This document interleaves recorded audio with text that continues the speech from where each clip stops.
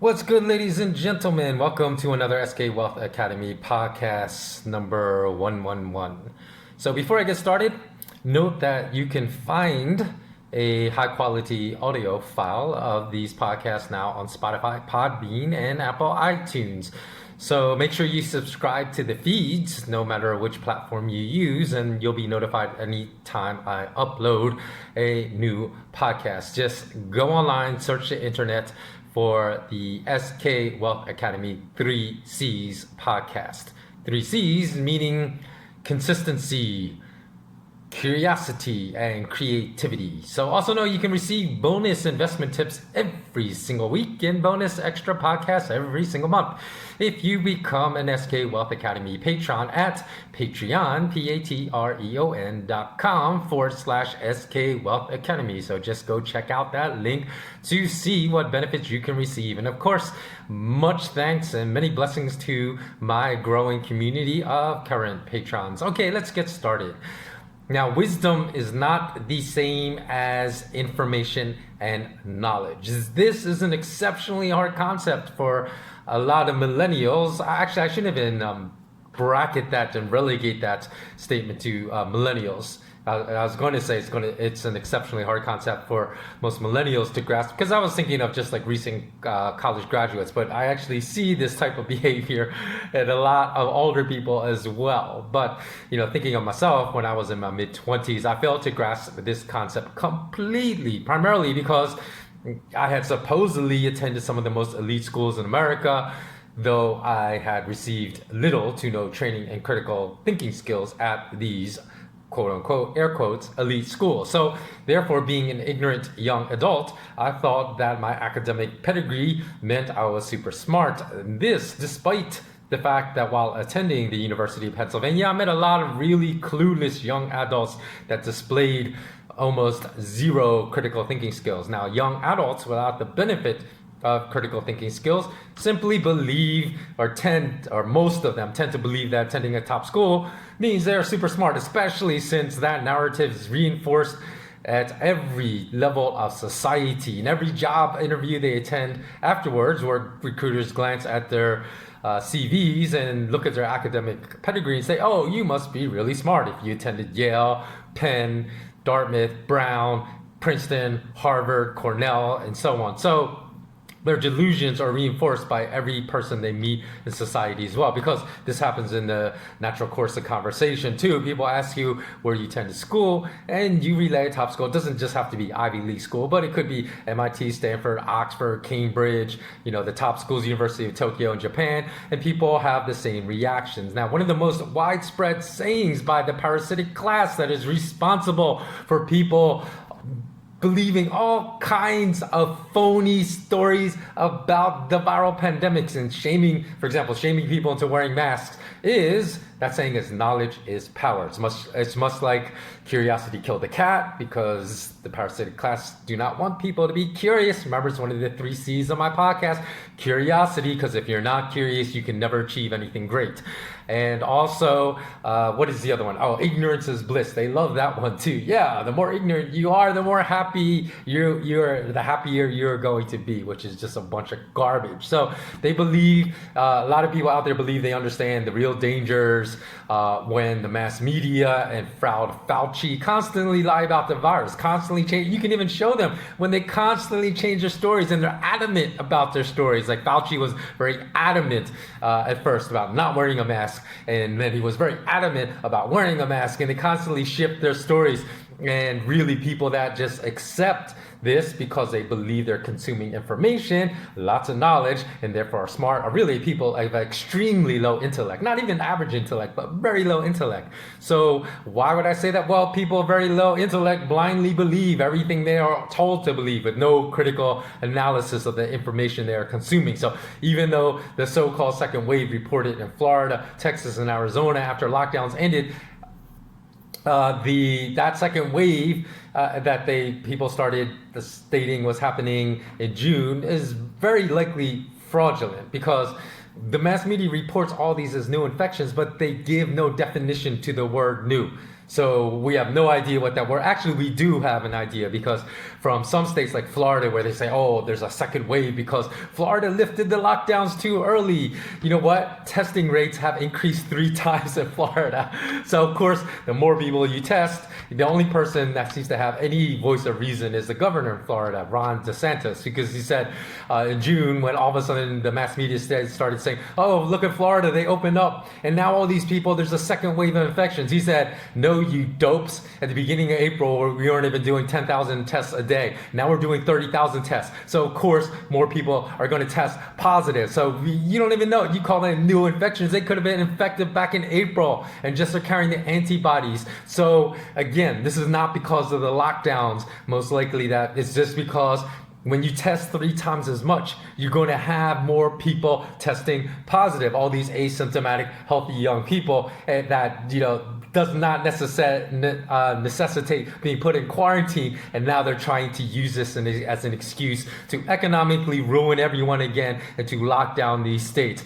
And because, you know what, in Georgia too, they said, look, all these places where people congregate, like beauty salons and gyms have opened up and been up and running for a month and a half, but yet infection numbers have dropped drastically. They said baffling experts. You know why? Because the people labeled as experts by the mass media are complete idiots and they don't know how to properly assess data in the manner in which I just explained. Test more people are going to test positive. It doesn't mean that they were infected after the lockdown ended. So there are other people out there, they're just heavy readers that believe that they are very smart because they read a lot. But although it appears that meeting heavy readers these days is becoming an increasingly rare event, but they are not erudite just because they're well-read. We hear that all the time.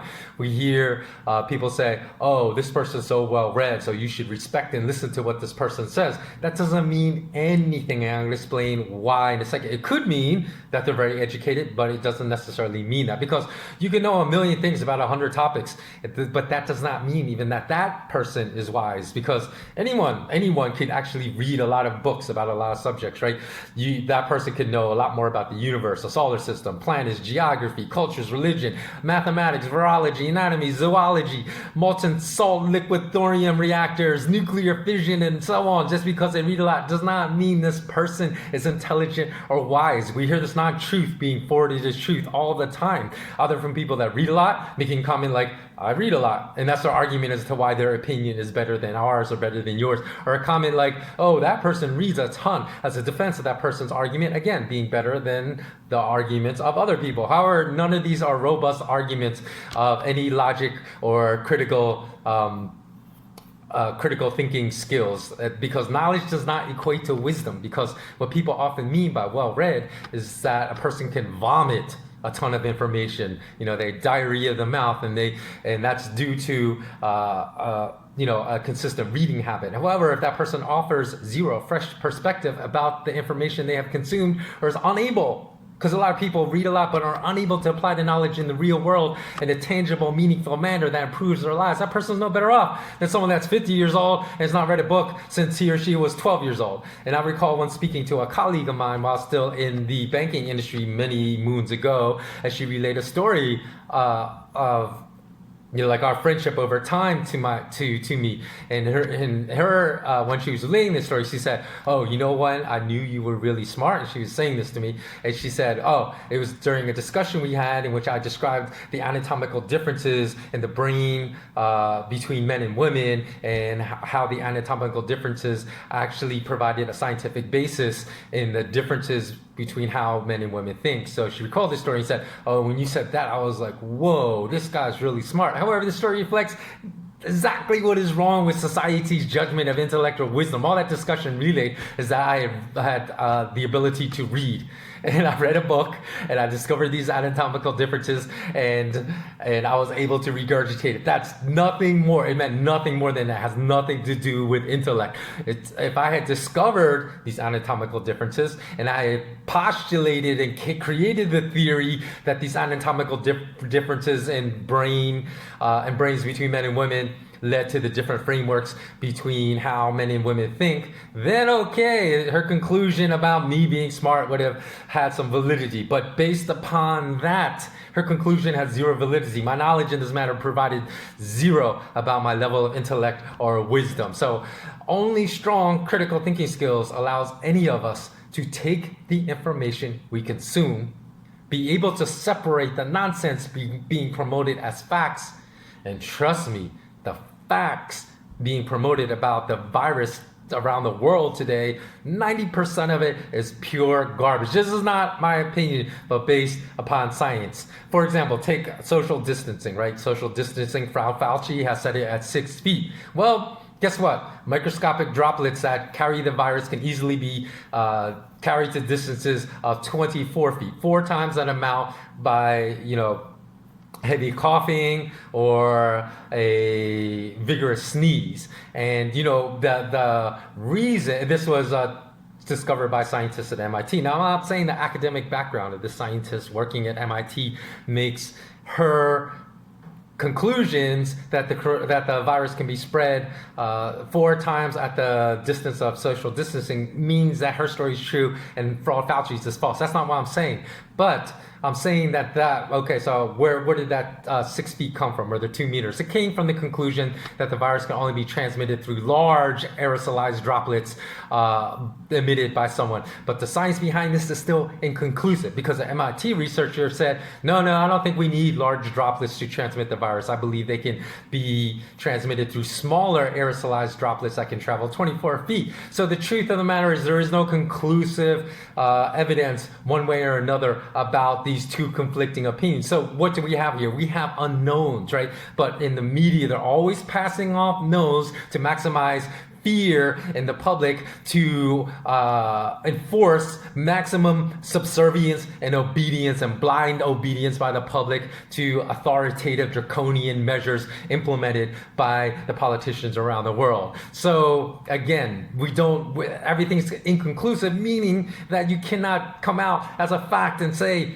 social distancing at 6 feet is going to help people, because if the MIT scientist is right, the data right now is inconclusive as to who is right and who is wrong, then it just makes no sense whatsoever to socially distance at 2 meters. So it's indisputable that more information and more knowledge does not automatically translate into wisdom. In fact, the most well-informed people about the virus may be some of the dumbest people I have ever met when it comes to opinions about the virus's severity, simply because so many unknowns about the virus has been pushed very hard by the parasitic media apparatus as facts, when the science, it's indisputable that a lot of these things are unknowns being pushed as indisputable factual evidence, and it's just completely wrong. So, for example, we don't even know about the origins of the virus yet. Was it man-made, or did it jump from an animal into the human population? Now, the 2002 SARS epidemic caused by coronavirus, basically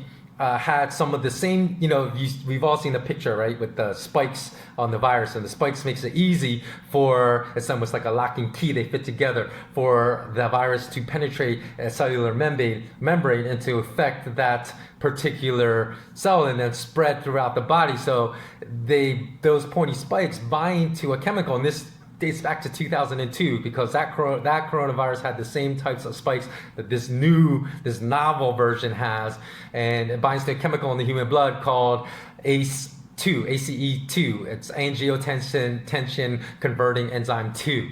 And so this is not something novel as far as these spikes for the COVID-19 virus, but yet people just keep focusing on bats. So the reason that the lab virus, and again, it's a theory, no one knows, it's unknown, right, where this really originated from. The reason that people keep focusing on bats, even today, I still hear people saying, oh, it probably came from bats, and the reason the lab theory, this man-made theory, originated because they say bats do not have virus infections similar to the coronavirus that has adapted these spikes that bind specifically to human blood that makes it easily transmittable through the chemical in the blood called angiotensin converting enzyme 2.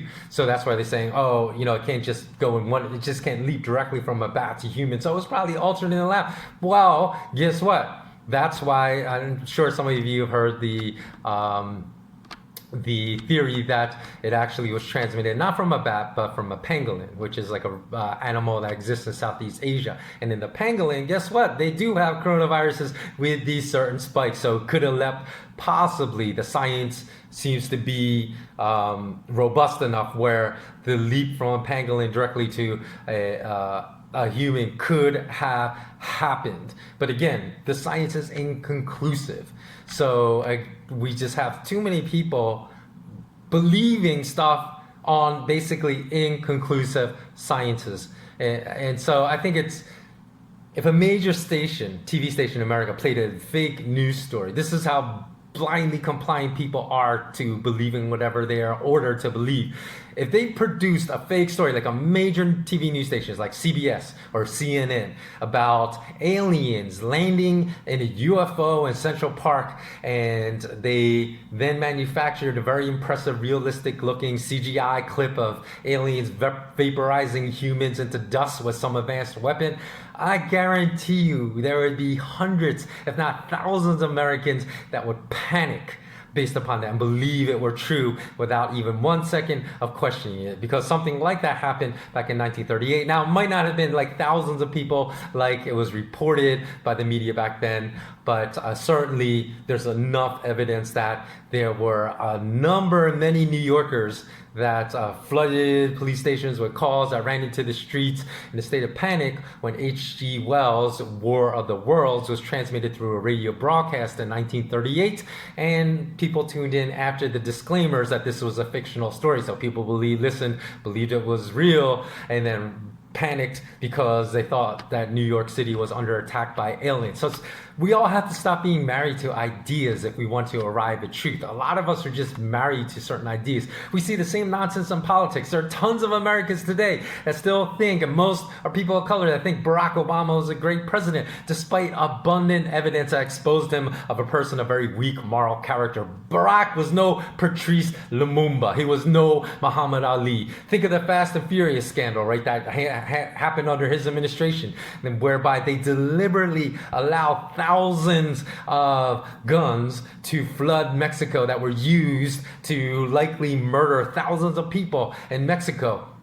Barack Obama's administration oversaw that, which was operation obviously of extremely low moral character. And then think of the thousands of innocent people killed by Barack's drone attacks on so-called high-value targets, where a lot of times the intelligence was off and all they ended up was killing like 13 innocent people at a wedding party. But there are thousands of people that have been claimed by independent sources, not because the U.S. military does not even keep track of innocent people, which they call collateral damage, killed by drone attacks. So other independent journalists have done a lot of painstaking work being on the ground, interviewing people, going and looking at bodies, and they said Barack Obama was directly responsible for murdering thousands of innocent people through drone strikes through the course of his 8-year tenure. So that would make him the biggest serial killer in history. And research the dozens of kingpins that Barack pardoned through presidential pardons when he left the White House. Now, some were small-time non-violent offenders that should have been released because they had slung maybe 5 grams of crack and ended up receiving a ridiculously harsh assessment as a non-violent offender of 8 years because it was the 3rd strike under the 3 strikes and you're out rule. So those people should have been let off, but he let off a lot of drug kingpins, the most horrible, repugnant people that were in jail for basically that definitely had ties to large drug cartels, likely some very large Mexican drug cartels, because they're in jail for being caught in possession of 5 kilos, 10 kilos, 15 kilos of cocaine, and thousands of pounds of marijuana. Now, I know marijuana is not really like a hard drug and is legalized in many US states now, but if you are caught in possession of thousands of pounds of marijuana, guess what? You're most likely working with a drug cartel. So these are a lot of the types of people that Barack Obama let go through his executive presidential pardons that never would have been out of jail were not for Barack. So, in the minute I state these facts, right? I'm just stating facts about Barack Obama that prove he is more in common with the parasitic criminal class than any person that should ever be admired. Then people say, oh, you must be a Trumper then, right? And no, the world is not binary. That's the other problem. People have been shuttled into thinking that the world is a binary world in which there are only two possible choices. It's not the case. The world is much more complex than that. And many people that remain loyal to Trump after he has shown his true colors after his first 4 years of service are as dumb as the people that remain loyal to Barack Obama. People say, oh, look, President Trump's the first president going after pedophiles. He's going after nations led by royals with low morals like Saudi Arabia, and then witness him just wash his hands, cleanse his hands of Jeffrey Epstein, say nothing about Ghislaine Maxwell and Sarah Kellen, and people still think he's a good guy. He had a chance to go after one of the most repugnant, most comprehensive global child sex trafficking rings in the world. And what did he do? He looked the other way. And some people say, oh, well, he had to, because look at all the ties of that child sex trafficking ring to Israeli intelligence. So in order to stay in favor with Israel, he had to look the other way. Well, what does that make him? That makes him a person of extremely low moral character. And he did nothing about one of the largest global pedophile rings that was uncovered.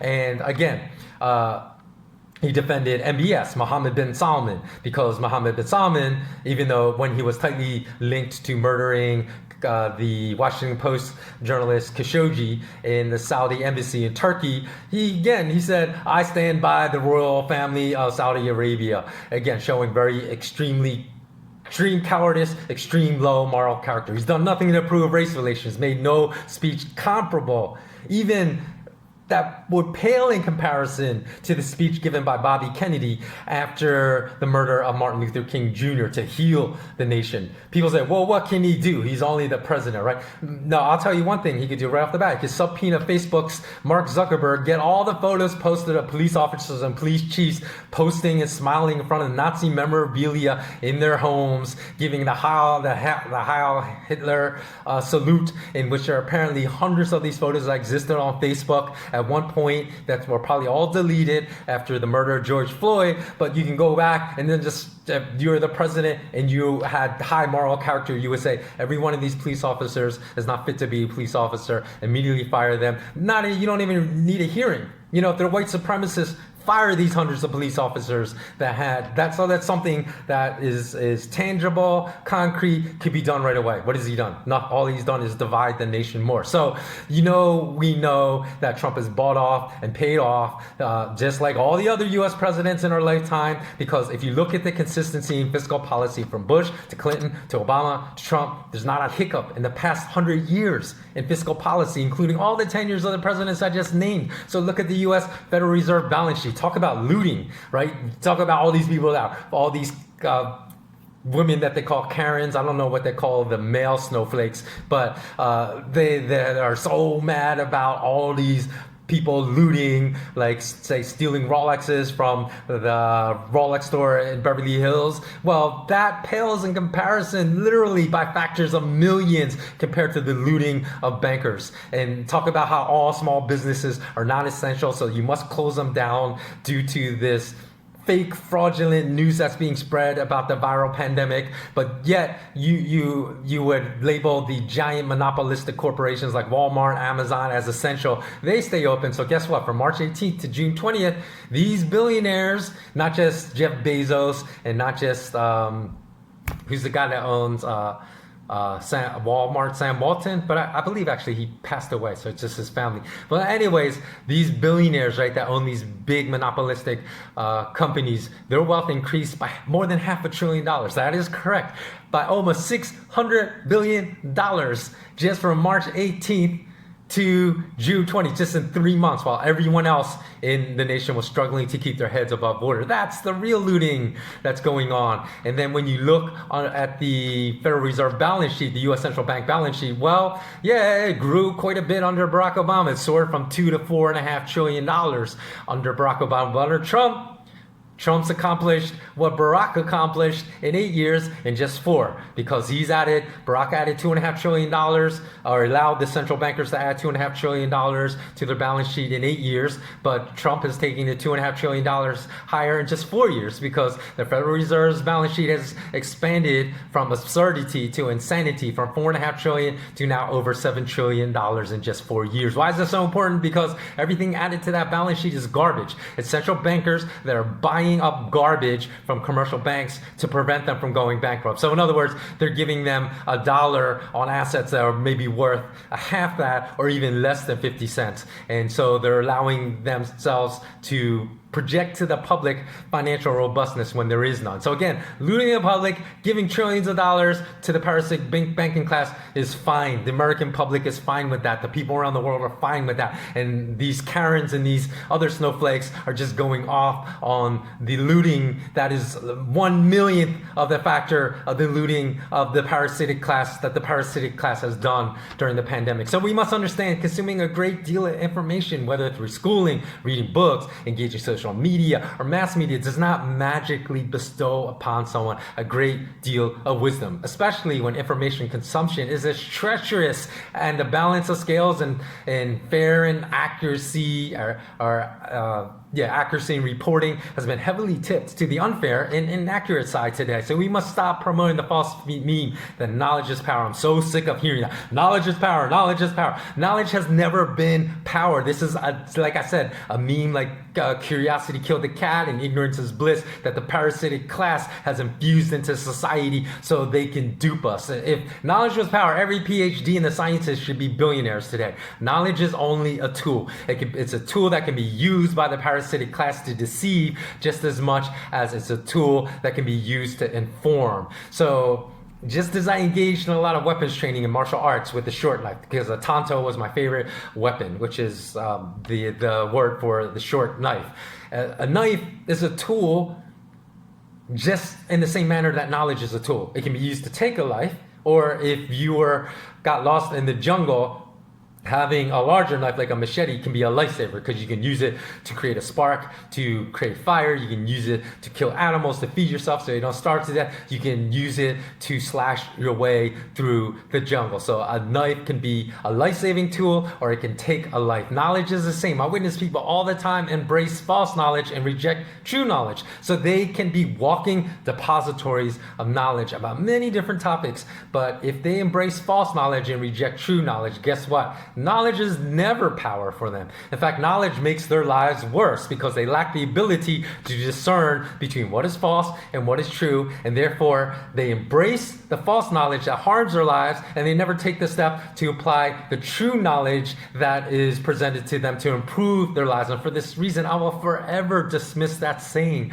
that knowledge is power. For the same reasons I reject the empower through schooling narrative. Wisdom is power.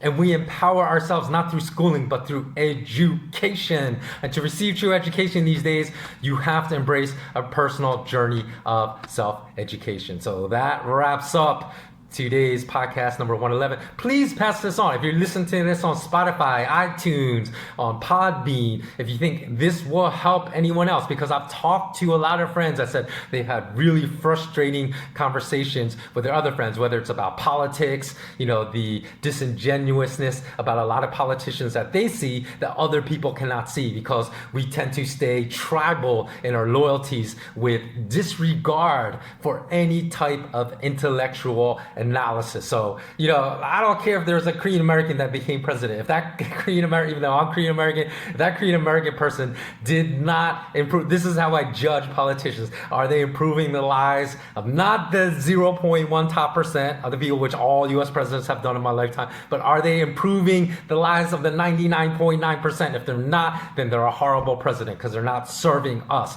Same goes for congressmen. Same goes for parliamentary members or parliament members. And if you've had these frustrating conversations because you are someone that can actually think for yourself, then pass this podcast on to them, forward it to them, tell them to listen to it, because maybe it will shake them up a little. Because guess what? If you cannot understand the meat of this podcast, what I'm saying, you are going to be in tons of trouble when the second phase of this financial crisis that we saw at the very beginning of this year in 2020, when that hits, and that could hit before the end of this year, that second phase. And if it doesn't, it's certainly going to happen in the first 2 quarters of the following year. But I think there's a good chance it's going to hit in the second half of this year. If you don't really understand, if you don't have the capacity to remove your emotion, to really use logic, science, reasoning, critical thinking skills, and if you lack that, if you don't engage, you've never engaged in any type of self-education outside of the institutional academic system, your critical thinking skills probably are very weak.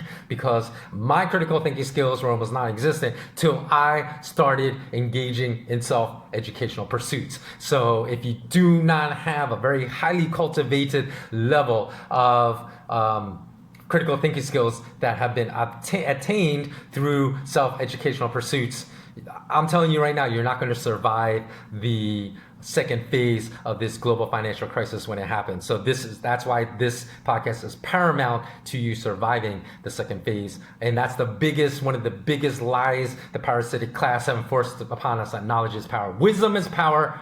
Knowledge is not necessarily, it can be power, but it's a lot of times it's actually it's a contraindication of power, because people don't know how to separate the wheat from the chaff and then apply true knowledge when they encounter true knowledge in their lives. Okay, thanks so much for listening. As always, remain intensely curious, and until next time, subscribe if you've not already subscribed. Please do also come back to my YouTube channel quite often, because I'm going to move away. I hate YouTube, I hate Google, I hate all these other big social media platforms that are censoring everyone's voices out there, and probably like they hate podcasts like this, because I'm encouraging people to think for themselves, and all they want is they want the hive mentality to be able to control us more and more. So if you've enjoyed this, please stay tuned, because I'm going to migrate away from some of the platforms I've been on as soon as possible, as soon as there's another alternative, and I'm hoping k.im from kim.com will be that platform.